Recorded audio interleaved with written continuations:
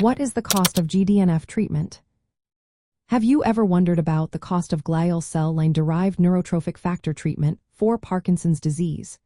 GDNF is a protein that scientists are studying for its potential to protect and regenerate the brain cells that produce dopamine, which are affected in Parkinson's disease. However, GDNF cannot be taken as a pill because it is a large protein that cannot cross the blood-brain barrier. Instead, it needs to be delivered directly into the brain. This is usually done through surgery to implant devices that infuse GDNF into specific areas of the brain. When it comes to the cost of GDNF treatment, things get a bit complicated. Currently, there is no standard price available because GDNF therapy is still largely experimental. Most people can only access it through clinical trials rather than as an approved treatment. The methods used to deliver GDNF involve complex neurosurgical procedures, which can be quite costly. These procedures include the surgical implantation of infusion devices, regular clinical visits for drug administration, and ongoing monitoring. All of these steps requiring specialized medical teams and facilities, which adds to the overall expense.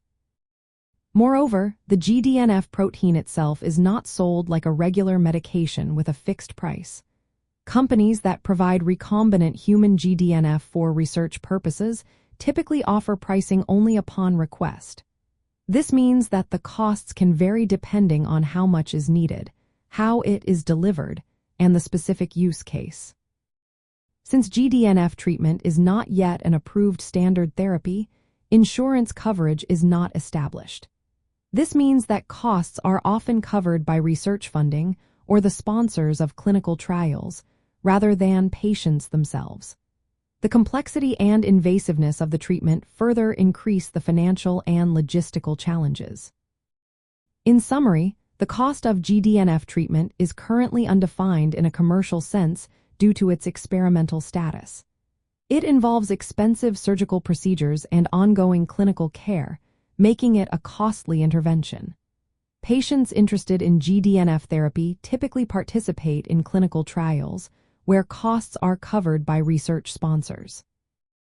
Continued research is essential to determine the efficacy, safety, and feasibility of GDNF treatment before it can become a widely available option for people with Parkinson's disease.